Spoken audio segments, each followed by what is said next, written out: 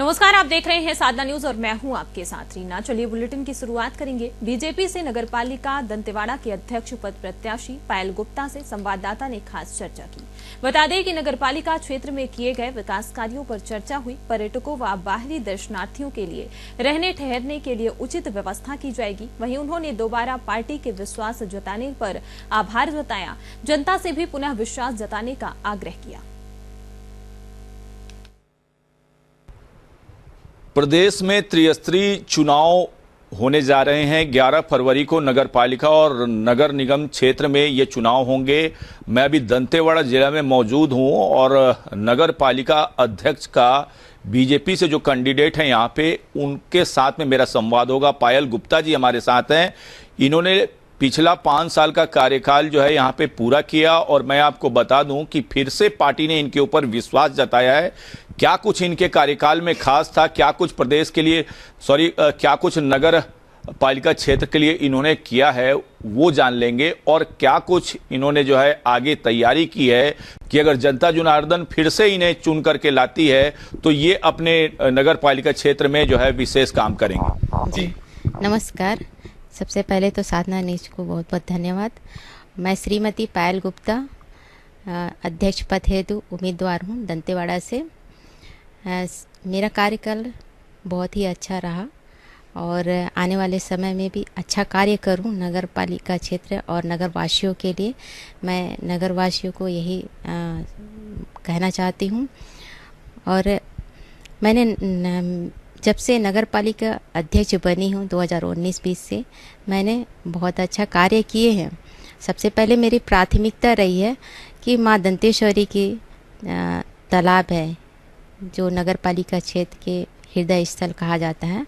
मेरा सबसे पहले प्राथमिकता रही है कि उनको डेवलपमेंट करने का और उसमें वृक्षारोपण करने का।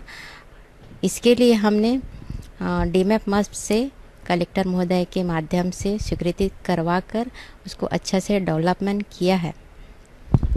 मैडम, काम की हम बात कर रहे थे, चर्चा कर रहे थे और क्षेत्र में जो आपके द्वारा विकास काम है, चूंकि आपने 5 साल का जो आपका कार्यकाल रहा है तो उस कार्यकाल को लेकर जैसे आपने अभी तालाब का जिक्र किया है और क्या कुछ वार्डों में काम हुए हैं आपके अध्यक्ष पद पे रहते? जी मेरे अध्यक्ष पद के रहते हुए अध्यक्ष निधि से नगर के विकास में जो संभव हुआ मैंने प्रयास किया।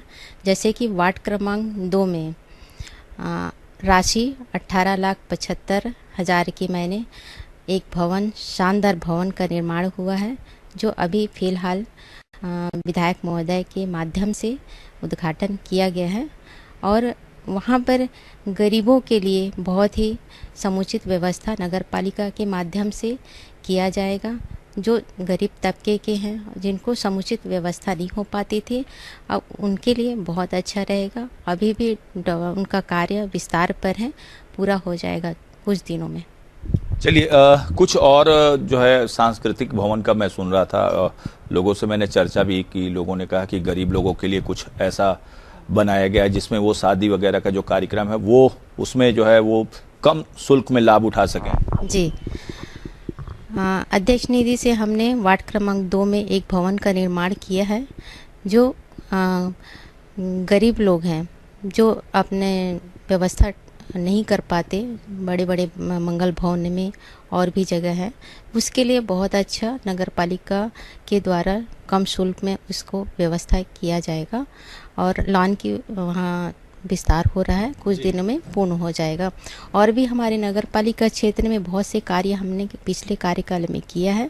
जैसे कि वार्ड क्रमांक 1, वार्ड क्रमांक 2, वार्ड क्रमांक 7 और 6 में 6 सामुदायिक भवन का निर्माण हमारे द्वारा किया गया है।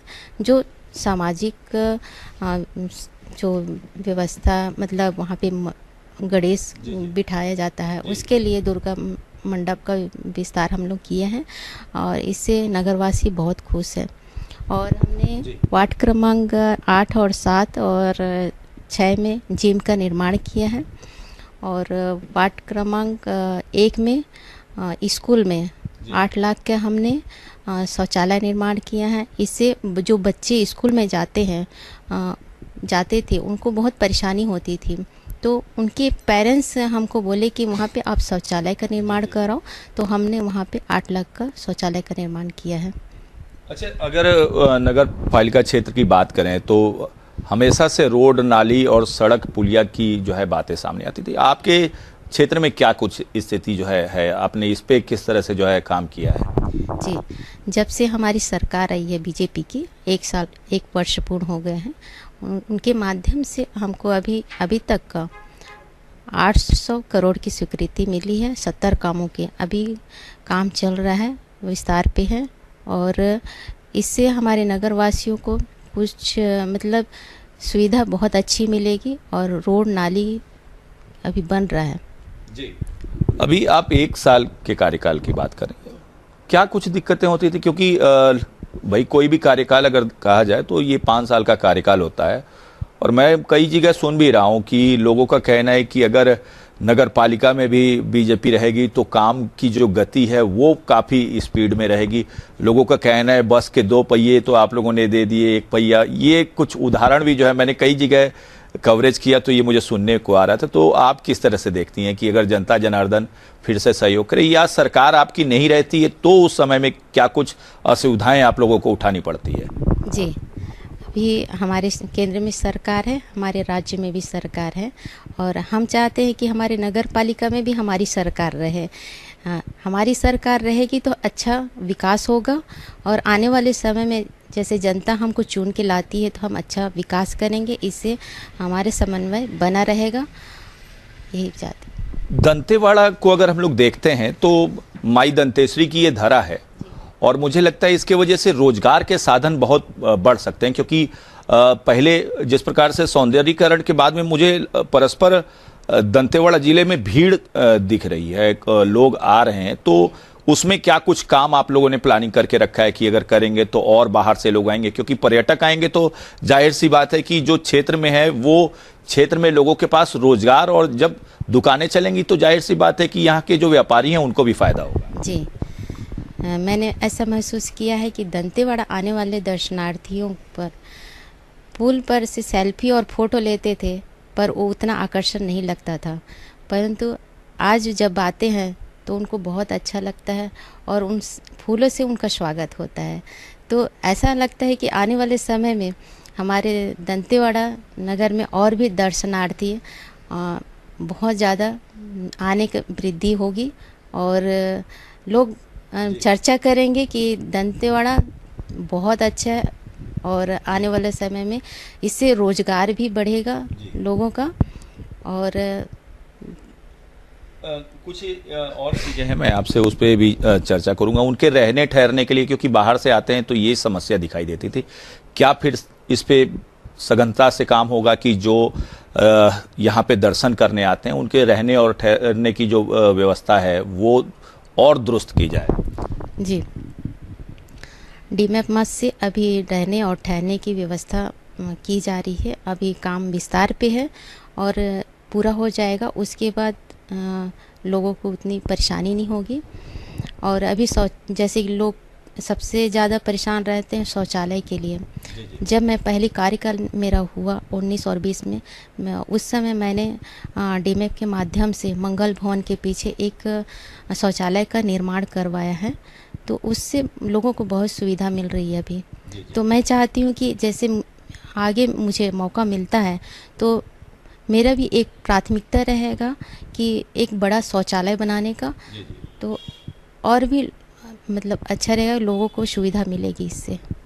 चलिए, हमारे दर्शकों को कुछ संदेश, और हमारे चैनल के माध्यम से आपके जो नगर पालिका का जो क्षेत्र है उस क्षेत्र में जो कुछ एक मैसेज हो आपका, आपके अपनी जनता के लिए, क्या कुछ संदेश है अपने फिर से क्या कुछ आगे के कार्यकाल को लेकर के? जी, मैं नगरवासियों से यही कहना चाहती हूँ कि अगर आप सभी मुझे अध्यक्ष पद हेतु चुनते हैं तो मैं आने वाले समय में नगर का विकास बहुत अच्छे से कर पाऊँगी, और आप सभी अपने मदों का उपयोग करें। चलिए, एक अच्छी बात देखने को मिली, लोगों के मतों का जो है उपयोग करने की बात कही गई। हमेशा से साधना न्यूज़ लगातार इस बात को बड़ी प्राथमिकता से कहता था कि अपने एक मत को पहचाने। एक एक वोटर बड़ा जरूरी होता है, क्योंकि आप जब अपने वोट को डालेंगे तभी कोई अच्छा व्यक्ति चुन करके सामने आएगा, जिससे आपको आशाएं रहेंगी। तो लगातार हमारी अपील भी रही है, और फिर एक बार मैं अपील करता हूं कि जिस दिन भी आपके क्षेत्र में चुनाव हो तो अपने एक अमूल्य मत का प्रयोग जरूर करें, और आप जब ऐसा करेंगे तो एक मजबूत जो राष्ट्र निर्माण हो रहा है उसमें आपकी सहभागिता स्पष्ट होगी। साधना न्यूज के लिए मैं अर्जुन पांडे,